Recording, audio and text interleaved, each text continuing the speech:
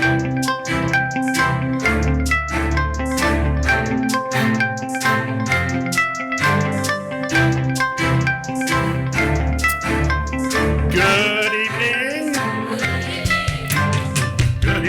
Larry Souder, and welcome to Stories of Amazing Grace. We're coming to you from Bixler Chapel at the Madison Church of Christ in Madison, Tennessee.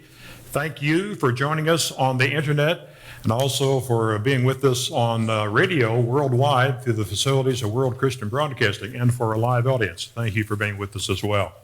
Our theme scripture for Stories of Amazing Grace comes from Romans chapter 8, 38 through 39. I am sure that nothing can separate us from God's love. Not life or death, not angels or spirits, not the present or the future, and not powers above or powers below. Nothing in all creation can separate us from God's love for us in Christ Jesus our Lord. 4,492,185,745. That's the number of searches for pornography since the start of 2015. The porn industry in the U.S. generates $13 billion each year. And if home computers had been around in the 1950s and 60s and had money, I probably would have contributed to that industry. Sex education was non-existent from my parents. I shared this story before, that my parents were divorced before I was born. Actually, I think I was in the mother's womb during that time, their divorce. We had a somewhat dysfunctional family. The father was not around to teach me about sex. My mother did not. She had her share of emotional and mental problems and did not do much in the way of instruction. I told you before during a Stories of Amazing Grace that she had threatened to kill me twice, once by having a butcher knife in her hand standing at the foot of my bed, and another time as we were driving along the interstate, threatening to slam the car into a utility pole on the way back from the beach in New Jersey. A relative attempted to molest me 3 times when I was young. Didn't happen, but attempted. My sex education consisted of sneaking a read of the novel Peyton Place. Some of you have read that. Or looking at art magazines of nude pictures, or listening to off-color jokes and coarse comments from teenagers that were older than me. And that's about the extent of my sex education during my teen years. The power of sex, the power of porn is extremely strong. Watch this video, and then you'll meet tonight's guest. It's a stunning confession. Terry Crews detailing on his Facebook page his addiction to pornography. For years, my dirty little secret was that I was addicted to pornography. Some people deny, they say, hey man, you can't really be addicted to pornography. There's no way. But I'm gonna tell you something. If day turns into night and you are still watching, you probably got a problem. My issue was, and is with pornography, is that it changes the way you think about people. People become objects. People become, body parts. They become things to be used rather than people to be loved.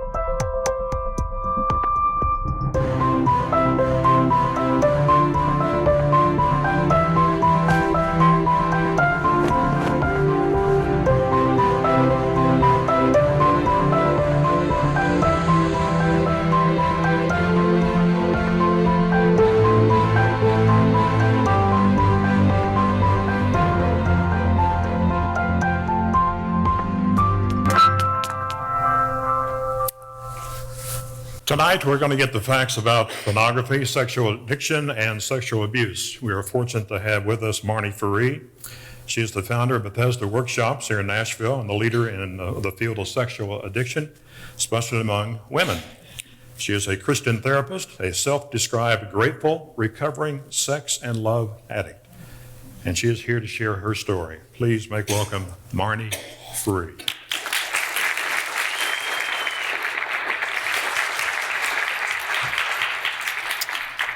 Thank you so much for being with us. Thank you. I'm honored. I think most people here know you when you came in the door, and I had never had met you.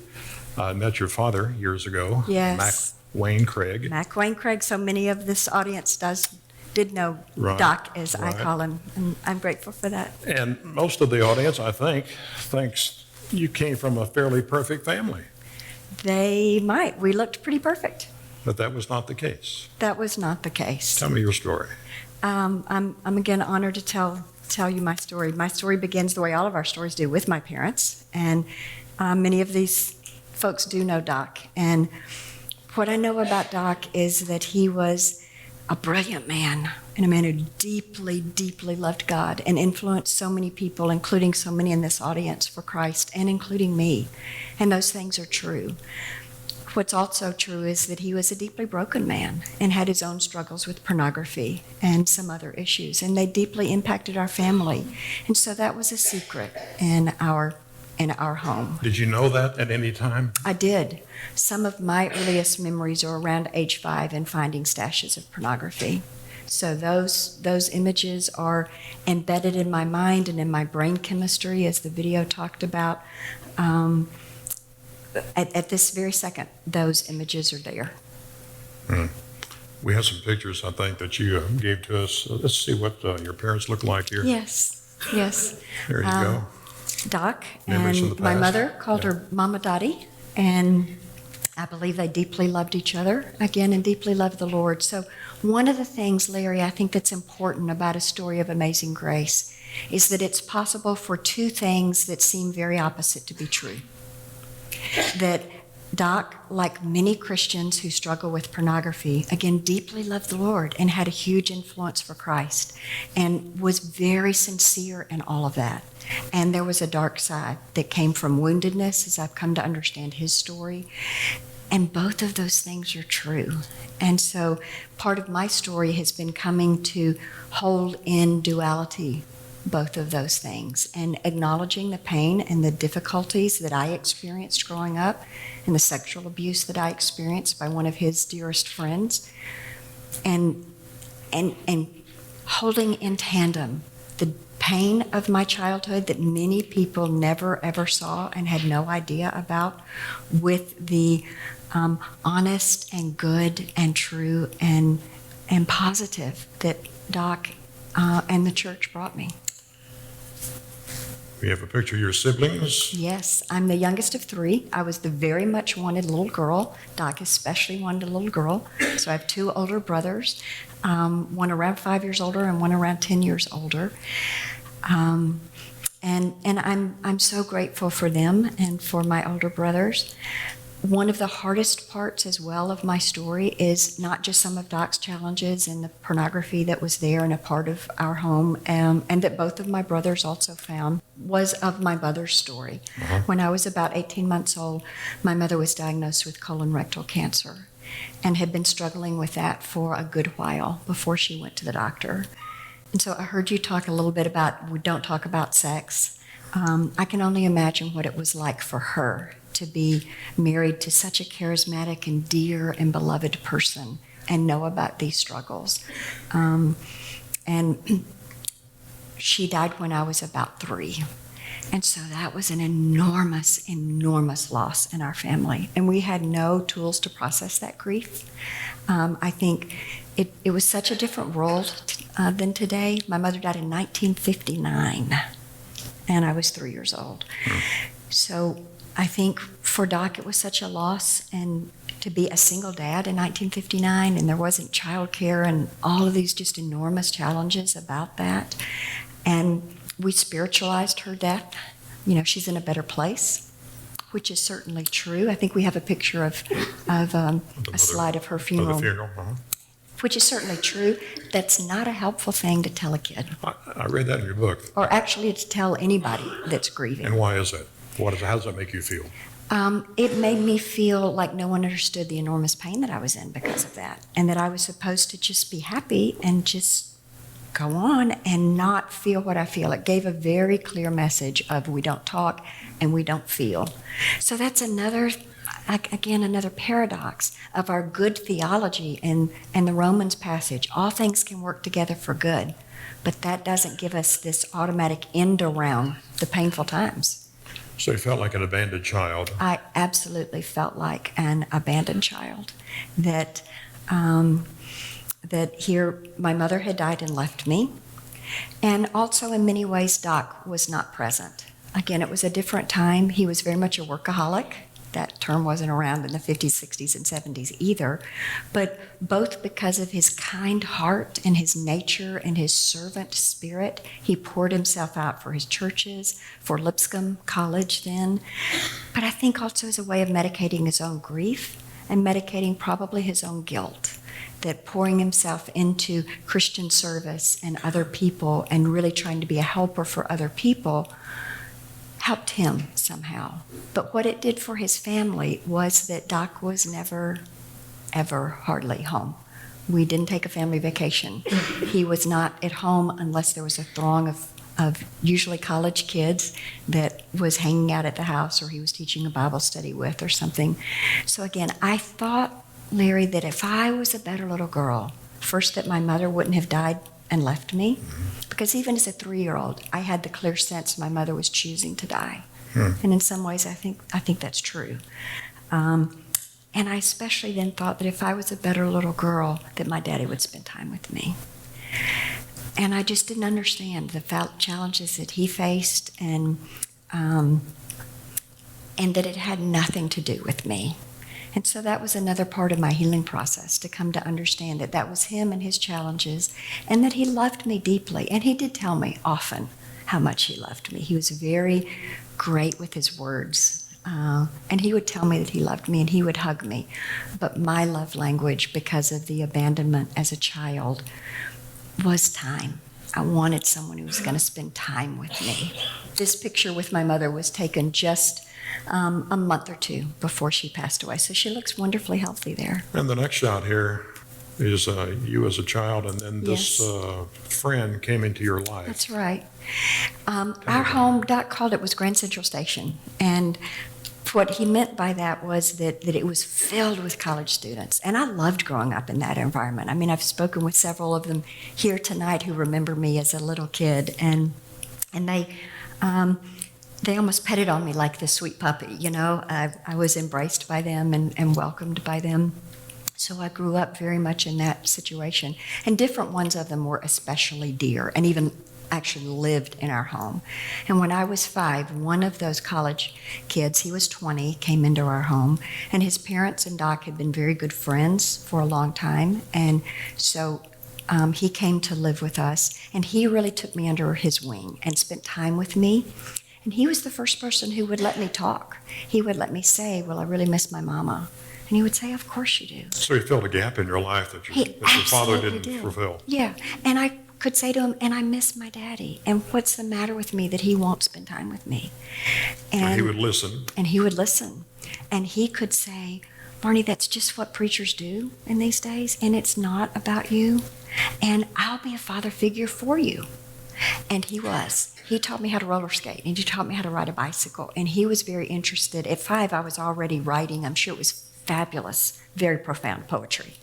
And he would listen to that and thought it was wonderful. And so he filled part of this ache of abandonment inside in many, many positive ways. And he was also sexual with me. And I had no idea that that was sexual abuse. I had found the pornography before he came into our home around the same time, but he That began at age 5? At age 5.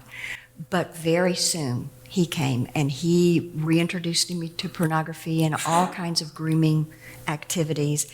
And I was 10, about the age of this middle picture, before I recognized that these activities had something to do with sex. I mean, you talk about no one talked with you about sex.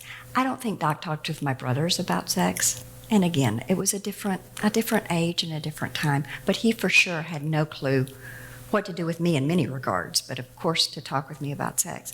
But about around age 10, all the grooming activities had reached a level that I knew this must be something about sex. And I was just not quite 16 before we had intercourse, and that was my only definition of sex. But by 16, I was grown. I mean, we were this perfect family, and here's this father who still wore his wedding ring. He was buried with his wedding ring 5 years ago. I mean, he still always loved my mother and always grieved for her. And we looked so perfect and we looked so wonderful. And I had so many responsibilities in his home and was such an overachiever and great student and involved in all kinds of extracurricular stuff and all of that. And I thought at not quite 16 that I was making a decision to be fully sexual with a man who's 15 years older than I am, who began to groom me at age 5. I had no idea that really wasn't a decision I was making, that was a whole process of abuse. Is there a point there that you realized this is wrong, or did you? Well, at 16, when we finally had intercourse, I knew, of course, at that point that that's wrong. And I'm thinking, again, this is totally my fault. Because, I mean, he never held a gun to my head. He never physically forced me. So I had no dynamic about all of the nuances and the imbalance of power that happens around sexual abuse. And I had no thought that one could be sexually abused by somebody that was a friend, that you trusted, in fact, that you dearly loved. I loved Larry. He was my father figure. And after Doc, What's he his was... name? Yeah, sorry. Okay. Sorry. But he was the most important person in my childhood after my father. I see.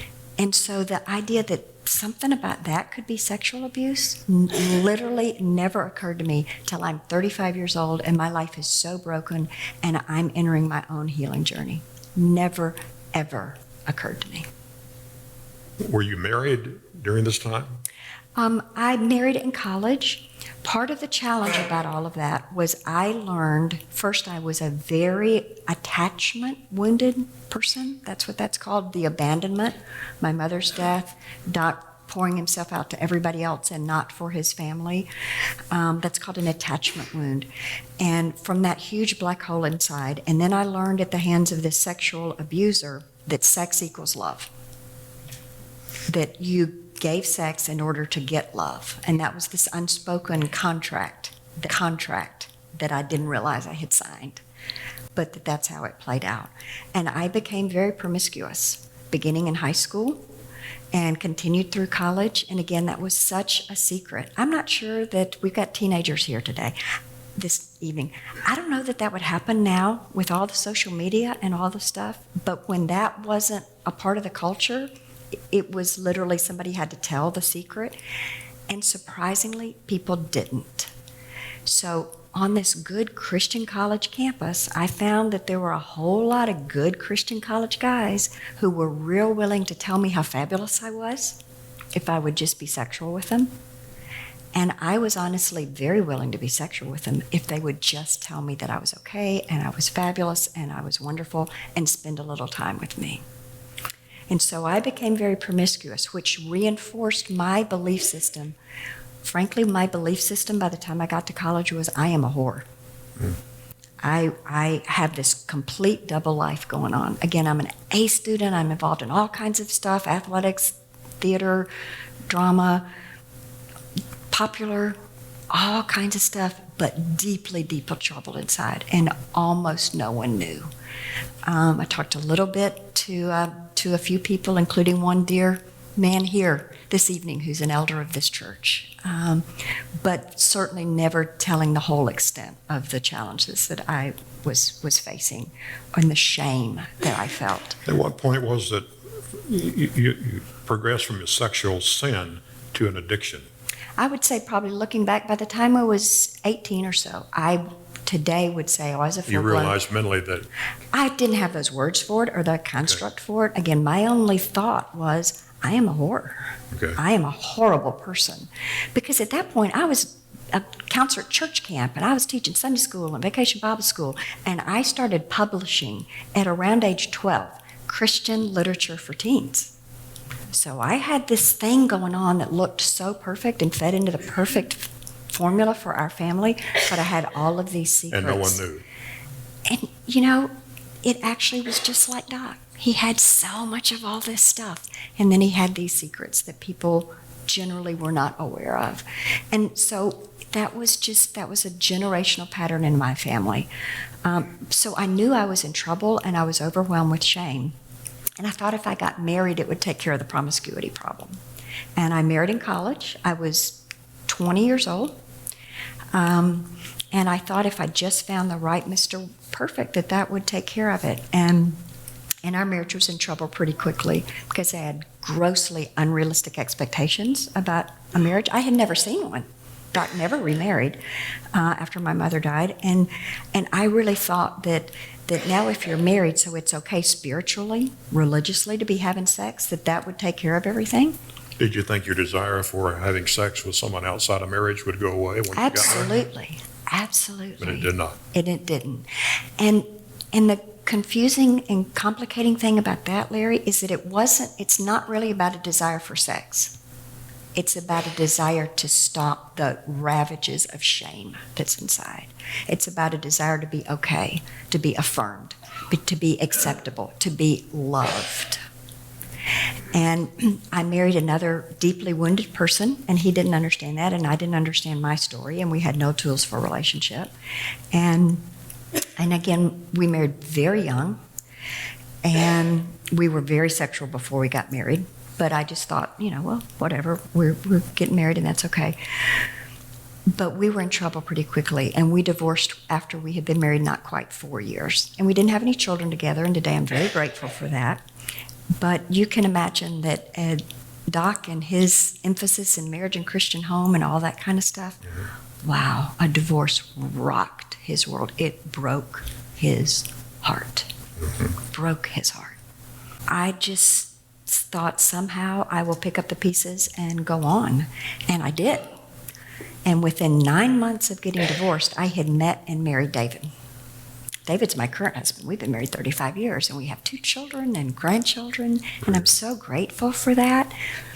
But the challenge was I hadn't dealt with any of my stuff. And part of that was because I didn't realize how much stuff I had to deal with. I thought, I am a horrible person, and I've committed all this sexual sin, and if I can just get it together and straighten up and fly right and be a good girl and now a good wife, even though I've been divorced once and gotten remarried, and that's really horrible, in our tradition, that then it would be okay. And I had these children, and I had a long period, 5 years or so, of I was totally faithful to David. I was faithful to him when we were dating. I was faithful when we married. And we had these children, and I really honestly thought that all this craziness was behind me and that everything would be okay. And then life took some really hard challenges. And it wasn't that David and I were fighting or whatever. We do life together very, very well.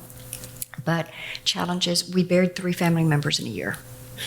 We made a decision together to leave Florida, where we lived, and David was climbing the ranks for Fortune 100 company, and to move back here to Nashville, where we had both grown up. And he bought a small business, and we cut our income by 2/3. And so we both began working. I went back to work. I'd stayed home with our kids. I went back to work with a 2-year-old and a 4-year-old, about 60 hours a week, trying to get this business to survive. And then Doc's had some challenges, and some of his story became public in a very painful way for him. And that really did something to me inside that I didn't understand then. And today what I know is it opened up all of my own shame, and it opened up a lot of memories, and it opened up a lot of things. And I wanted my husband to really process and talk through and figure out all that with me, and he couldn't. And it wasn't because he didn't love me or he didn't want to, but from his own story, which is different than mine. But he had his own brokenness and didn't know how to talk about things and how to do emotions. But it activated that abandoned, wounded child. And I felt unloved. And I went back to a pattern of coping. That's what sex addiction, that's what pornography is really about, largely. It is about unhealthy coping. And I began talking to a good friend who was a guy. All my friends were guys. I grew up with men. I didn't have many girlfriends. I mean, I grew up with 400 big brothers, in effect. And I began... Which said in your book, I read, they walked around nude going to the bathroom. They would. I mean, my brothers and the guys that lived with us, and it was just like, whatever, I was one of the guys. Yeah. And it began an emotional attachment and then affair. And then I had another affair and another affair, another affair, and finally settled on this very intense affair with a man who was next door. Mm. And then my life began to catch up with me, my life. I was diagnosed in 1990 with cervical cancer caused by sexually transmitted disease, caused by HPV.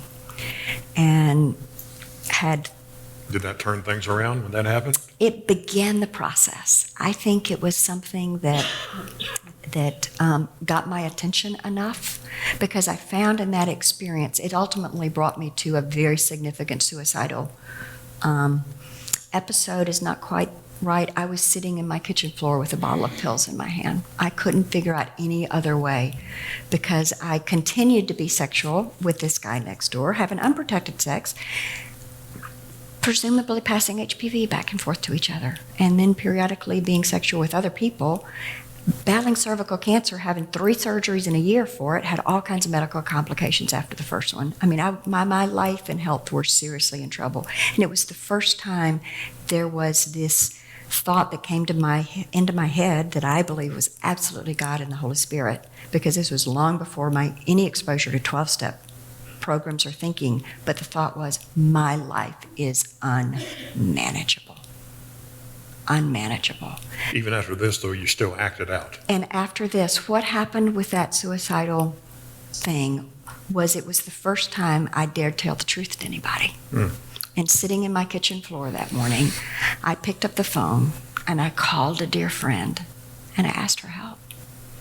And I said, I'm in trouble, and I'm sitting here with pills, and I have water, and I'm really thinking about taking them. And I just want somebody to understand why. And I said, I'm in an affair, and it's not the first affair. And you know that cervical cancer? Because this suicidal episode happened in 1991. And I said, it's because I had cervical cancer. Because at that point, people didn't understand that automatic connection and put that together. So people were so nice to me. You know, oh, this sweet little mother, and she's got cervical cancer the same way her own mother had cancer, and can we bring you casseroles? Mm. And I was just like, oh my gosh, if you had any idea what's really going on with me. Mm. And I said, that's the truth, and I don't know what I'm going to do, but I just want somebody to know. And I really thought she was going to tell me something helpful, like, well, let's pray about it. Or, you need to stop doing this, you know this is wrong. I mean, that was the only solutions I knew. Which is not the answer, is it? Which is not the answer. I mean, that is the answer. But when you're an part addict, of the process, you can't do that by yourself. Mm-hmm. And instead, Larry, all she said was, oh, Marnie, I am so sorry. I am so sorry you're in this much pain. Promise me you won't hurt yourself, because I'm hanging up and I'm getting in my car and I'm coming to you and I will get you help. And she did. And it was the first time, other than a conversation or two before when I'd never told that level of the truth, that I ever felt grace. And grace changes things. The way all the striving, the way the self-will, the way all the Bible reading and prayer and straightening up and all that kind of stuff can't possibly. And she came and she sat in my kitchen floor that day and she heard my story. And she said, I'm working with a counselor and I think she could help you. And within a week, I'm sitting in a counselor's office at the Woodmont Hills Church that at that point was one of about 24 people in the country who had trained with this young psychologist named Dr. Patrick Carnes, who is the leader and the guru in the field of recovery of sexual addiction. And so she knew how to help me. And that began an amazing story of grace. You got into a 12-step program. Eventually, after counseling, I got into a 12-step program and achieved what's called sobriety. There's sobriety from sexual addiction, from pornography, the same way that there is from drugs and alcohol. And in those healing rooms is where I, this daughter of an amazing preacher, that's where I found God. And your spouse and stayed that with you deep during brokenness. this. And he did. And David ultimately took his own journey of recovery and our couple's work. And so what I know today is that God has redeemed enormous amounts of pain in my life. From that broken marriage, and we were on the brink of divorce when I entered recovery, to becoming a committed spouse and to understanding what that's about. From the pain of the sexual abuse that I experienced for 15 years. This man was a perpetrator to me from the time I was 5 till I got married and I was 20. Wow. And from those experiences into being what Henry Nouwen would call a wounded healer. And to become a missionary for women especially who are struggling with sexual addiction, with sexual abuse, to begin a ministry. So I have experienced so much redemption and so many blessings from that story. Even sitting right here at this moment, Larry, the perpetrator, had a PhD in performance theater. And so he taught me how to speak and how to write and how to have presence and how to do these kinds of things and how to speak and teach across this country to thousands and thousands and thousands of people. He taught me how to do that. And so I think about what he intended for harm, God has used for good. Mm-hmm. So in so many ways, with the pain of my father, I got to be a daughter who could love my father well, who we were able to rebuild a relationship at the level of which he was capable, which wasn't that deep emotional level, but was kind and so dear. And I got, along with my brothers, to care for him through the ravages of Alzheimer's in the last part of his life.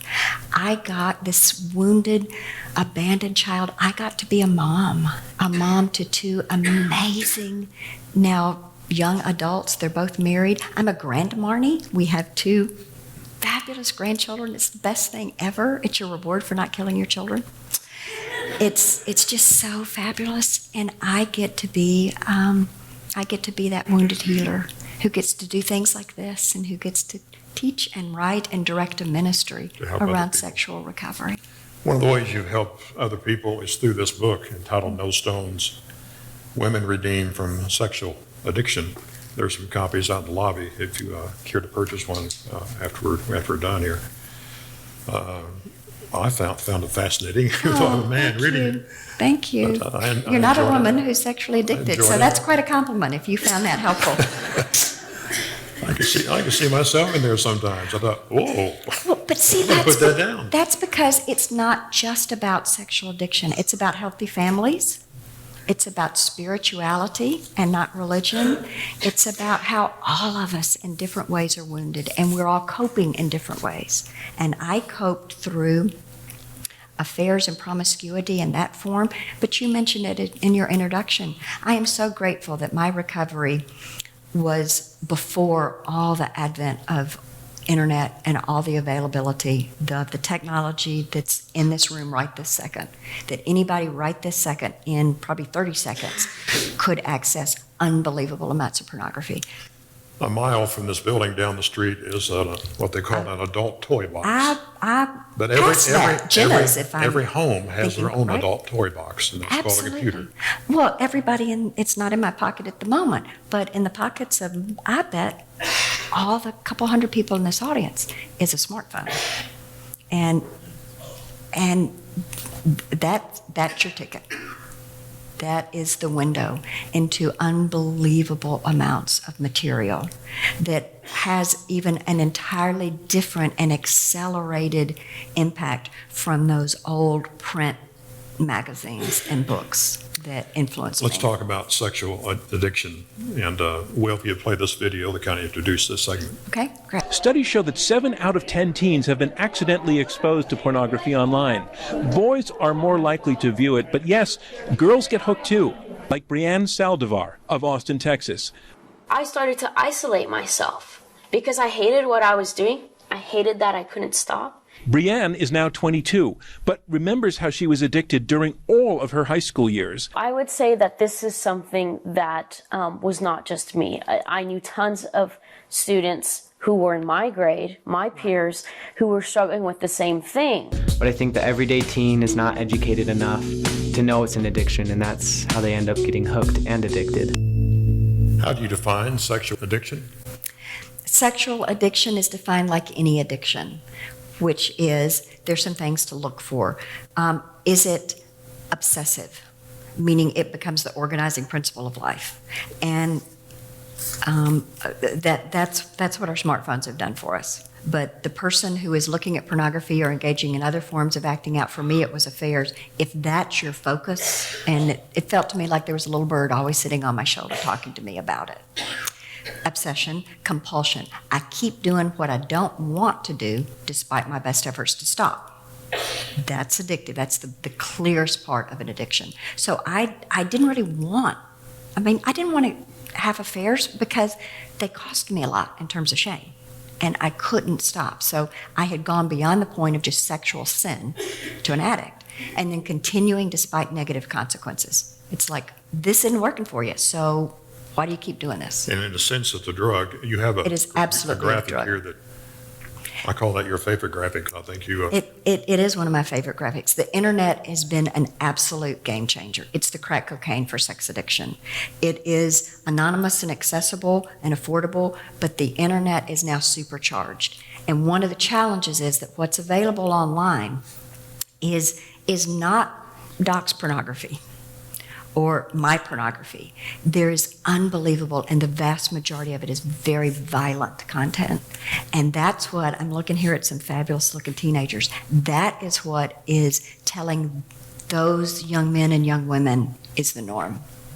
All the objectification, all the power, all of the guys take, and that's what guys are supposed to do, but girls are supposed to give, and that's what girls do. We're desensitized, are we? And we're by movies totally and- desensitized, but the violent nature, the ongoing novelty that's available online supercharges, and there's even something neurobiologically very different in accessing via devices where you can manipulate what's happening on the screen, and the print stuff that Doc's generation and my generation grew up. It's an entirely different neurofeedback loop that is unbelievably addictive. Here's some statistics, porn facts, to say that easier, I guess. Christian men 18 to 30 years of age, 77% looked at porn at least monthly. I think we had this graphic here, number 16, Will. Young adults seek out porn more than any other age. That go through all the ages, but it seems to be young adults. Among those who identify themselves as born-again Christians, I guess we can include ourselves into that, 95% admit they have viewed pornography. 54% look at pornography at least once a month. 1 out of 3 women watch at least Absolutely. once a month. Now, you wouldn't think that women, I'd heard that men like to see naked women, but women like to read romance novels. And that used to be true. In my acting out days, that was true. That is not true anymore. Really? And even the statistic that 1 in 3 women looks at pornography once a month, 1 in 3 women is addicted to pornography and looks at it multiple times a day. Really? The impact of again, all the internet-based activities, all the current generation that are the tech natives. I mean, you're growing up with it. You know, my 3-year-old grandson knows how to flip the iPad to get the match the elephant games that he has on there. That's what I mean by tech natives. That is literally rewiring people's brains. And for females, including the young generation, they are also accessing pornography and at almost the same rate today as males are. The difference in the two genders has almost disappeared. Let's take a look at graphic number 17. Well, this is very surprising to me. Teens and young adults think not recycling is worse than viewing porn. Yeah, a Barner research That's amazing. study published, amazing. Josh McDowell Ministries in April 2006. And to be fair, it was looking at what has the greatest impact on society. And, you know, they're really into recycling, which I certainly affirm. But what that tells us is that as pornography has become more available, it's also become more accepted. Shifting gears. Okay? Let's talk about the word we never talk about. Masturbation. Yeah, there you go. You said it. I took you off the hook. Thank you. You're welcome. How common is masturbation? Oh. And How common is breathing? and is it wrong? No. The disclaimer, Marnie's opinion, clinical opinions informed by a very, our kind of conservative theology around sexuality, and has not been run by the Madison elders or you or anybody, so I'll let all of y'all off the hook, all right? This may be the last story Amazing Grace we're doing. Or certainly the last time I'm invited, you know, whatever. So I've got my one shot, so I'm going to take it. So y'all hang on, okay? Here we go. No. God made our bodies so amazing. And sexual arousal is an automatic response like breathing. A human being has zero control over sexual arousal. It's what the body does. When you hit the reflex at the right spot on your knee, your leg goes up. It is an automatic nervous system response. So you add how God made our bodies and you add all of the sexual saturation of our culture, people are unconsciously aroused all the time. And what are they going to do with that?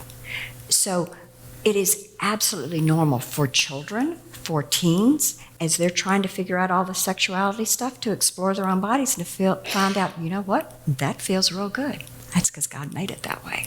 And I don't believe there's anything wrong with that. I think it's something we need to talk about in our churches, and kids need to talk to their parents. And parents, I said that wrong. Parents need to talk to their kids about it so that they tell our little 3-year-old grandson when they come in and they find him touching himself, because you know what? Masturbation is the first self-soothing mechanism available to the human person. Self-soothing. This helps me relax. This feels good. And at 3, that's not about orgasm. It's just about, that's one of the things that does. And so to say, that's really normal and that feels really good, right? Yeah, well, God made your body that way. And you don't do that in public. And, you know, start just normalizing and talking with them about that. Here's where it becomes a problem. It becomes a problem first when it's paired with pornography. And let's be honest, all of these porn statistics that you've brought and Your Brain on Porn, Gary Wilson website, and these great resources that you're introducing this audience to, people aren't just looking at pornography. They're not just looking at it. This is highly arousing material. And the natural response is, I want to get some release and enjoy this arousal. People are masturbating to the pornography, and that's beginning when it's becoming a problem. Because there are all kinds of things how masturbation can become a significant problem. Number one, it can become a problem when it's compulsive.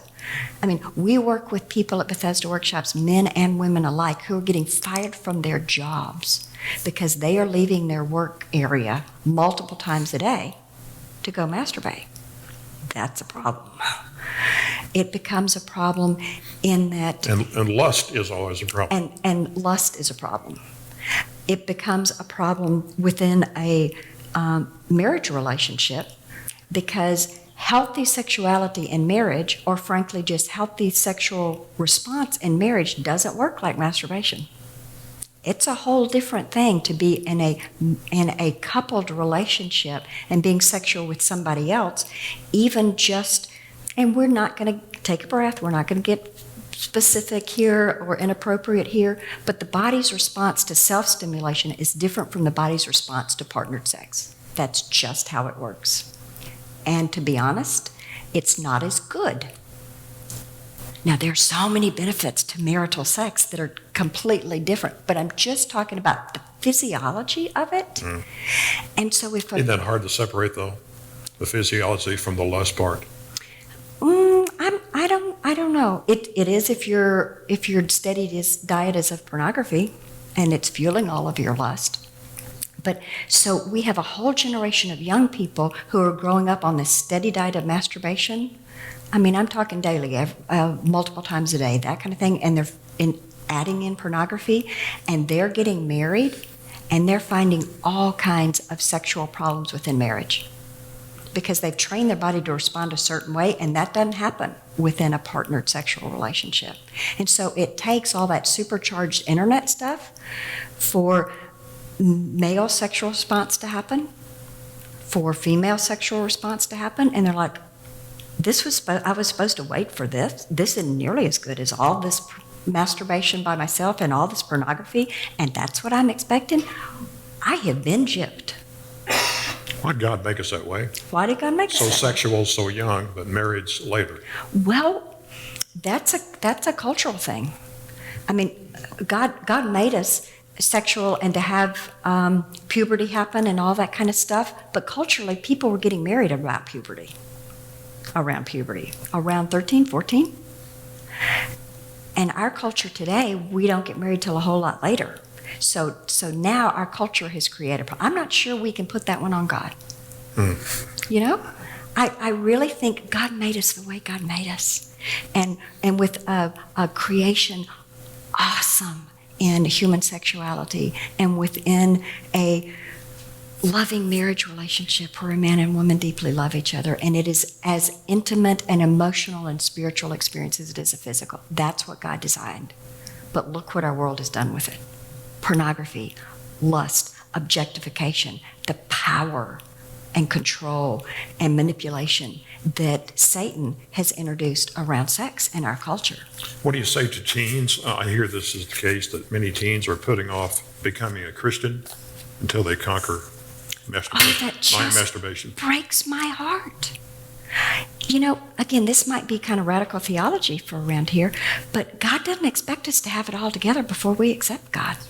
That is not how this works. But you know what? That's what I thought. And I think that's unconsciously what was taught. God says, come to me. Accept my love. Accept Christ. You don't have to get your stuff together. In fact, you don't ever have to get your stuff together. Because you know what? We can't ever get all of our stuff together. And you don't have to. And it doesn't one iota change God's love for us. So God's saying, I don't care what your problem is and what your problems continue to be. You come be in relationship with me, and you come be in relationship with Jesus. And that changes things. What do you say to teens as a result of the president several years ago who had an affair in the office, in the Oval Office? What do you say to teens who say, I don't have intercourse with my girlfriend, we have oral sex, and that's okay? Because the president said, I have not had sex with this person. And by the way, I said so many times, I have not had sex with this person, so I'm fine, thank you. And I'm wading into it again, but I'm just going to say, and we not only have a president who said, I have not had sex with that person, but we have a president-elect who has objectified women, who has groped women. This is an equal opportunity mess up here that we have culturally. And what I would say to them is, again, one of the best things and the most redemptive things, Larry, that my journey has taught me, this is a little bit of detour, but hang in here with me, is to move from a rules-based religion to a relationship-based spirituality. And I can't describe what a paradigm shift that is and what an absolute life game changer that is. So when we're talking about, is oral sex sex? Number one, the answer is yes. Yes. You're not a virgin because you have only not had intercourse. That's the rules base. Can I do this? Can I do this with my body? Can I do this with somebody else's body? Can I do this with our bodies? That's not the right issue. That is that rules-based religion, and it will always fail. And it's the wrong question. The question is, I want a relationship-based spirituality with God of the universe and the Christ that he gave for our salvation and for our redemption. And when you look at it like that, then the emotional affairs that I had, because I had tons of physical and sexual affairs, but I had more emotional affairs, they are just every bit as wrong. Because within the relationship of what should have been going to my husband in terms of the emotional, spiritual kinds of connections, I was given to somebody else. And that is just as wrong as the physical and sexual affairs that I had. So what we need to be teaching our teenagers, and what we need to be teaching most of us, because as adults we don't get it and that's why we can't teach them, is let's not focus on are you doing this or that and how bad is all of that. Let's focus on what's God's plan for healthy relationships. What's God's plan for integrity for you as a person. And so it's not just about when looking at pornography is wrong and that's a sin and compulsive masturbation is wrong and that's not good for you, though I believe those things, that they're sinful and they're not good for you. But let's ask the right questions. What does God want you to be as a person of integrity, as a person of authenticity, as a person of emotional health and presence, who knows how to be okay with somebody else? What does God want to do with your shame? Do you have any advice for singles? Those same kinds of things. Struggle with sexual desires. Those same kinds of things. Again, God made our bodies to respond sexually. And for a single person, that may be an acceptable occasional sexual release. God made our bodies to do that. But you couple it with pornography, you couple it with lust, you couple it with fantasy about all these other persons, then you're in a whole other world that dishonors them as well as you. And that's a whole different thing. Well, we're a couple minutes over here, but I want you to talk about intimacy a little bit compared to sexual addiction. And healthy intimacy is the solution for sexual addiction. It's the solution of the problem of pornography. Now, one of the deals with pornography is that it's so supercharged and whatever that we've got a whole generation of really good kids who are coming from really good families who don't have these deep problems and secrets, who are getting hooked because it's a brain thing. But the real solution and what God is calling us to is into intimacy. And I'm not talking about sex. I'm talking about that healthy intimacy. It's happening right now. It's happening with this audience. I can feel it. They are with us. They're with us, aren't they? They're with us. Aren't you with me? Aren't you with us? You might be a little bit horrified, but it's okay. We're about through. The M word got their attention. It did, and I love that. I love being in churches and talking about masturbation. It's just fabulous. But healthy intimacy is somebody who is okay with themselves. They are not driven by shame. They are not coping in unhealthy ways with this big black hole inside. They are in community. We need healthy community. God intended for church to be a healthy 12-step group where people don't have to carry these secrets. They can be real. They can talk about these things. But we don't. We don't. But you are now. Yes. Right here. Right here. And that's the solution of creating within this youth group needs to be talking. I don't know who your youth minister is, but he or she needs to be talking like every week about healthy relationships, about masturbation, about pornography, about healthy dating, about all the yeah between friends and all the turf stuff and all that stuff. That's the beginning point. We applaud those who are recovering alcoholics more than we do recovering sex addicts. Of course, because would you or any of this audience, it's always kind of fun to me when people say, well, what's a sex addict really like? And I go, well, she's kind of like this. You know, who would have thought? And so there is still so much shame involved. And to be honest, our church has only exacerbated and added to that shame. Because the reality is we think sexual stuff is worse than just about any other stuff. We do. That's the message. Tell me about Bethesda Workshops and some solutions here. Bethesda Workshops. I think there's a graphic for Bethesda Workshops. We are based here in Nashville. We have just moved into our own facility after 20 years of ministry. I'm super excited about that. We're right down the road off Elm Hill Pike. It is a Christ-centered, so overtly Christian, but grace-based, non-denominational, non-evangelical, grace-based but clinical intensive program, just 4 days around healing from sexual addiction in all of its forms, whether it's pornography, whether it's the compulsive affairs, whether it's masturbation, whether it's anonymous sex with same-sex people in the park down the road. Whatever the form is, it is just a 4-day intensive. that is exposing one to all of the roots, the underlying, the attachment, the abandonment, the shame, all of those things that are the engine driving this, and giving people very specific tools around 12-step recovery, around counseling, around those kinds of things, but deeply connecting people. It is totally a group experience. So probably one of the most beautiful things about Bethesda Workshops is somebody leaves deeply connected with at least 6 other people that they can call at 2 o'clock in the morning and say, well, it happened again, or I'm crawling out of my skin, or I'm overwhelmed with shame, or whatever. Accountability partner, in a sense. It's accountability, but it's so much more than that. It is intimacy. Okay. It is connection. Connection is the antidote to our sexualized society. Healthy connection. Thank you for being with us. I'm Thank honored. you very much. I'm so honored. Thank you.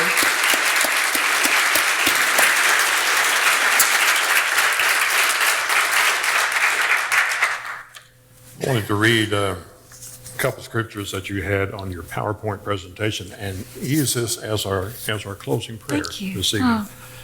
Let's pray. This is from Psalms and also 2 Corinthians. I waited patiently for the Lord, and he turned to me and heard my cry. He lifted me up out of the slimy pit, out of the mud and mire. He set my feet on a rock and gave me a firm place to stand. He put a new song in my mouth, a hymn of praise to our God. Many will see and fear and put their trust in the Lord. Praise be to God, the Father of compassion, and the Lord of all comfort, who comforts us in all of our troubles, so that we can comfort others with comfort we ourselves have received from God. Thank you, Father, for Marnie. Thank you for her influence and her willingness to share a very sensitive story with others to help them in their sexual addiction. Bless her as she continues to work with Bethesda Workshop, and as she travels around the country doing seminars and speaking engagements like this to reach others. We pray for us, Father. Help us in our desire to serve you and to be your witness. And help us to be open to admit that we have problems as well. And we need your help daily. We pray through your Son. Amen. Thank you, Marnie. Thank you, Larry. Thank y'all. You're a fabulous audience. Thank you.